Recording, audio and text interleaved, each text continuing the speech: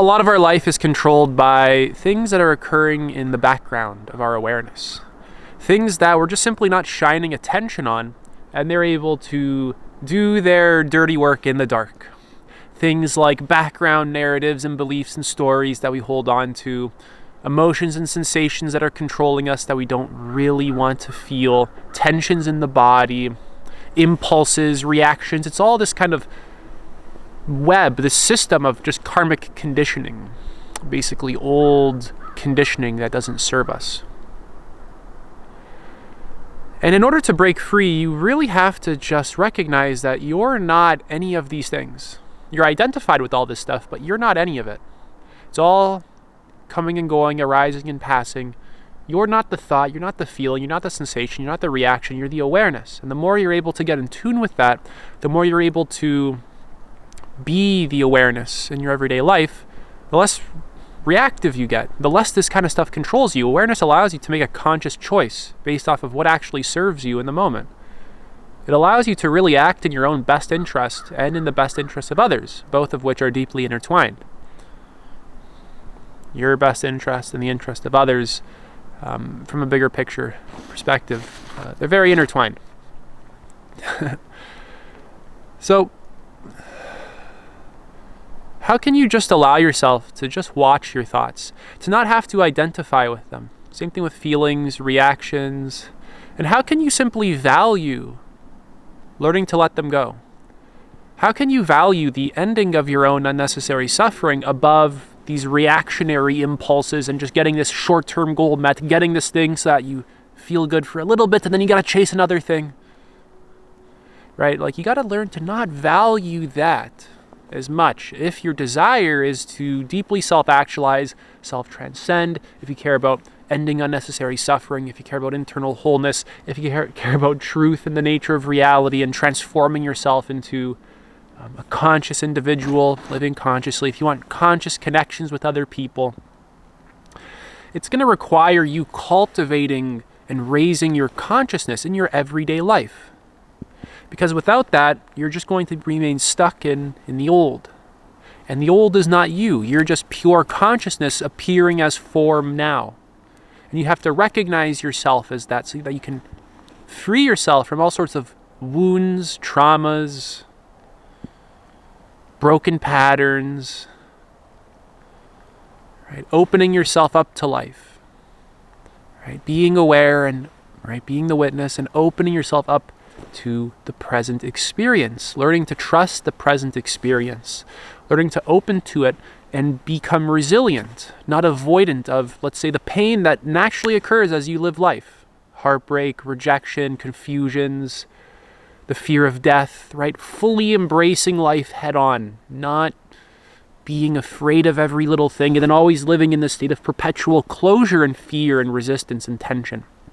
Because in doing that, you create far more pain than opening to life. It's funny because when you're fully open to life, the pain that you experience ceases to be negative in the sort of conventional, traditional way that we interpret it. It seems to shift into something that we can work with to actually create more internal wholeness, and it gives us signals for things that have to be shifted and changed. It puts us into deeper alignment because now we're listening to life rather than always fighting against it. So there's an actual intelligent rhythm to reality. Reality is not just this stupid 3D sandbox thing of just material things. Reality is consciousness. Reality is completely intelligent. From the highest possible perspective, it's absolute perfection. And down to the more relative human stuff, we can have right and wrong and good and bad and perfection and imperfection. All these dualities can exist. But beyond duality, there's something there for you to grasp directly. I believe there's a good Rumi quote. Beyond all notions of good and bad, there is a field. I'll meet you there. I love that one. So in order to actually break free from all the things that you don't want to be stuck in anymore, this requires a shift in consciousness. This requires a shift in your relationship to what you're experiencing. Rather than being identified, you're being aware of it. And typically for average people, they need some kind of structure in their life that they can practice every day to develop this, or else it's too easy to kind of just get lost in the old patterns.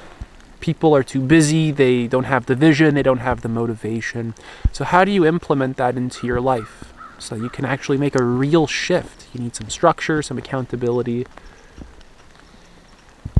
some time to dedicate to it, time to meditate, time to focus on your own clarity.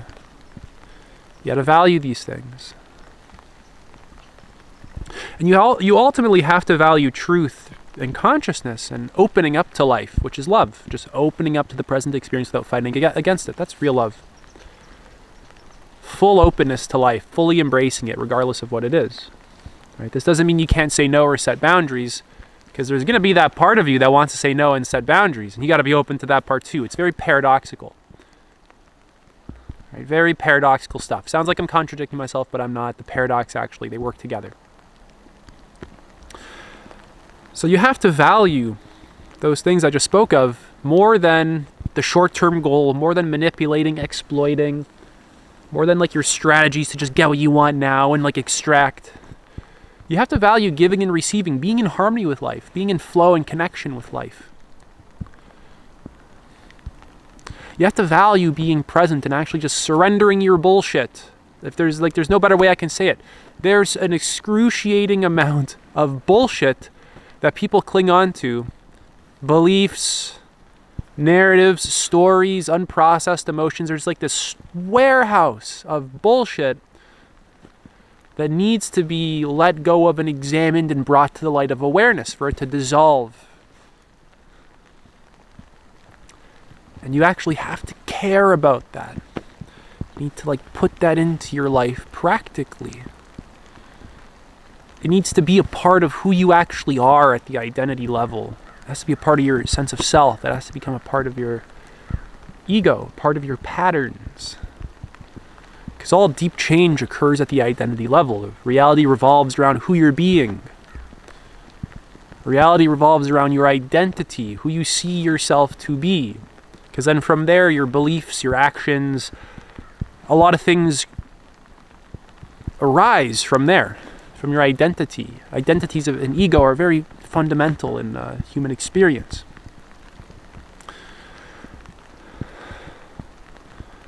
See, the ego is not bad,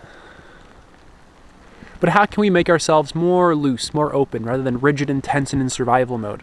How can we integrate the ego in a healthy way that exists so that we can go beyond the ego? You don't have to kill the ego, you actually have to work with it. You have to self-actualize and actually care about your needs as a self, as a relative self, so that you can go beyond it. It's not about killing the ego, it's about integrating all these different levels of reality, all these different levels of consciousness, all these different lines, all these different areas. It's about integration and incorporating them and including them rather than fragmenting yourself. Right? Not just chasing enlightenment for the bliss, but then in your everyday life, there's a bunch of shadow shit that you gotta look at, right? It's integrating all this stuff so that we can live truly whole. Wow, got some rain in my eye. Okay, that's it for this video. If you're interested in working one-to-one with me, you can apply to do so. Link is in the pinned comment. See you later.